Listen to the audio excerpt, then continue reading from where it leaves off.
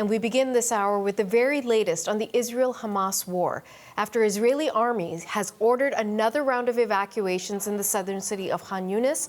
It appears the Israeli offensive is intensifying. Palestinian medics say at least 18 people have been killed, and new images show multiple patients being rushed into the city's Nasser hospital. Now, this comes just days after Palestinian officials say Israeli airstrikes in northern Gaza killed at least 100 people. And in the meantime, the United States is sending new military assets into the region amid concerns of broader escalation. This is in response to fresh warnings from Iran about military retaliation for high-profile assassinations of Hamas and Hezbollah leaders. So let's dig into all of this with our next guest. I want to welcome John Bolton. He's a former U.S. National Security Advisor and a former U.S. Ambassador to the United Nations. Ambassador Bolton, very good to have you on the show, sir. Glad to be with you. Thanks for having me. Our pleasure. Ambassador Bolton, I wonder if we could please begin with the U.S. position, particularly with this decision and this very public decision to send over nuclear-powered submarine naval missile arsenal over to the Middle East, making this very public, something they don't normally do. I wonder what your take of that is. Well, I think different administrations have different attitudes on stating publicly what exactly the United States is doing. In this case, I think the publicity is intended, hopefully, to deter Iran from launching an attack, say, comparable to what they did some months ago directly against Israel, and likewise for Hezbollah operating out of Lebanon. We'll see, but the U.S. has, I think, demonstrating it's committed to Israel's defense, and these capabilities are intended to underline that. We're also hearing simultaneously from Iran that they're committed to maintaining their respect in the world order, so to speak. We heard from Iran's acting foreign minister who spoke to his counterpart in China today. This was being reported by Chinese media, that he's saying Iran has an appropriate, it would be right for them to have an appropriate and deterrent response against Israel for what they believe Israel carried out, which was the killing of Ismail Haniyeh, top official in Hamas. So is Iran taking any of this seriously from the United States? Well, I don't know. I mean, if Iran wants respect, it could try acting like a civilized country instead of being the world's largest state sponsor of terrorism, a distinction it earned from Ronald Reagan in his administration, and which has never been equaled since then, and stop developing nuclear weapons in violation of their commitment under the Nuclear Non-Proliferation Treaty, which they've ignored now for well over 30 years. When it comes to Iran, last week, sir, we were all concerned because we heard that, according to U.S. intelligence, the Iranians might carry out some kind of strike within 24 to 48 hours. That did not happen. The latest intelligence we're hearing now is that it's going to be a matter of days before Iran responds. What do we believe? Or is this just going to be bluster that continues for days, just keeping the entire world on edge? Well, there are a lot of different possible explanations. I don't know from publicly available information that any of them are more likely than another. Perhaps it's Hezbollah and Iran trying to allocate their roles and responsibilities in what the attack on Israel will look like. Perhaps it's indecision about the extent and the reach of the attack. All of these are possible. Perhaps it's simply intended to unnerve Israel and Israel's supporters by dragging out the length of time before the response takes place. So it's hard to, without more information, to give an explanation you can have confidence in. But we know that on Sunday, the defense minister of Israel called Secretary of Defense Austin in Washington and had a discussion, and at least leaks from that conversation indicate the Israelis see signs of movement of missile capabilities inside Iran. So it really, you could say it's hours, days, we don't know. And, you know, here in the Western Hemisphere, we'll probably wake up one morning and find that it's already started. Let me ask you what your take is on the impact of all of this. Not only are we dealing with Israel and Hamas in Gaza, but we're dealing with the U.S. making its position known, Iran saying it's going to carry out an attack.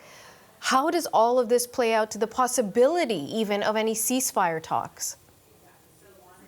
Well, I don't think there are going to be any ceasefire talks respecting Gaza in a long time. You know, from Israel's perspective, they've been in a multi-front war since October the 7th. Hezbollah has been rocketing northern Israel almost continuously since that date. They've driven the population out of their homes and businesses there since November. The Houthi rebels, who wouldn't have two rocks to rub together if the Iranians weren't equipping them, have closed effectively the Suez Canal, Red Sea passage to international traffic. And Iran itself has attacked Israel from its own territory. So Israel's in a wider war. This is not just a Gaza Strip conflict. This is a war, the Ring of Fire strategy, as the Iranians call it, that Tehran has launched against Israel.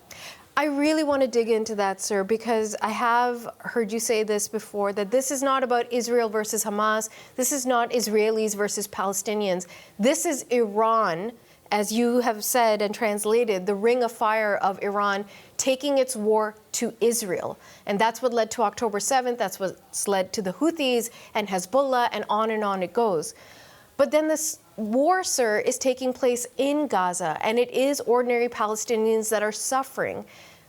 Where is the accountability? Like, when will this war go to Iran and not just on civilians in Gaza?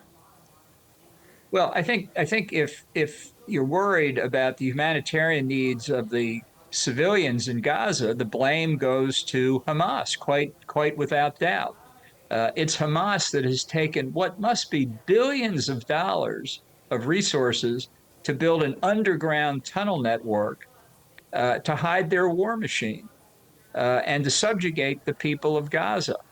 And to use the citizens of Gaza as human shields. That's the war crime right there. Mm-hmm. If you say that Israel can be denied the right of self-defense because of Hamas's barbarity toward its own people, then you've created a terrorist veto against the right of self-defense. So this is a tragedy for the people of Gaza caused by Hamas, which they voted into power in 2006. As for Iran, you know, I think one further potential explanation for the hesitation in attacking Israel is that they may fear that this time the United States will not be able to persuade Israel to undertake a limited response. And there are a lot of targets in Iran. As you rightly said a moment ago, Iran hasn't suffered any pain for this war against Israel.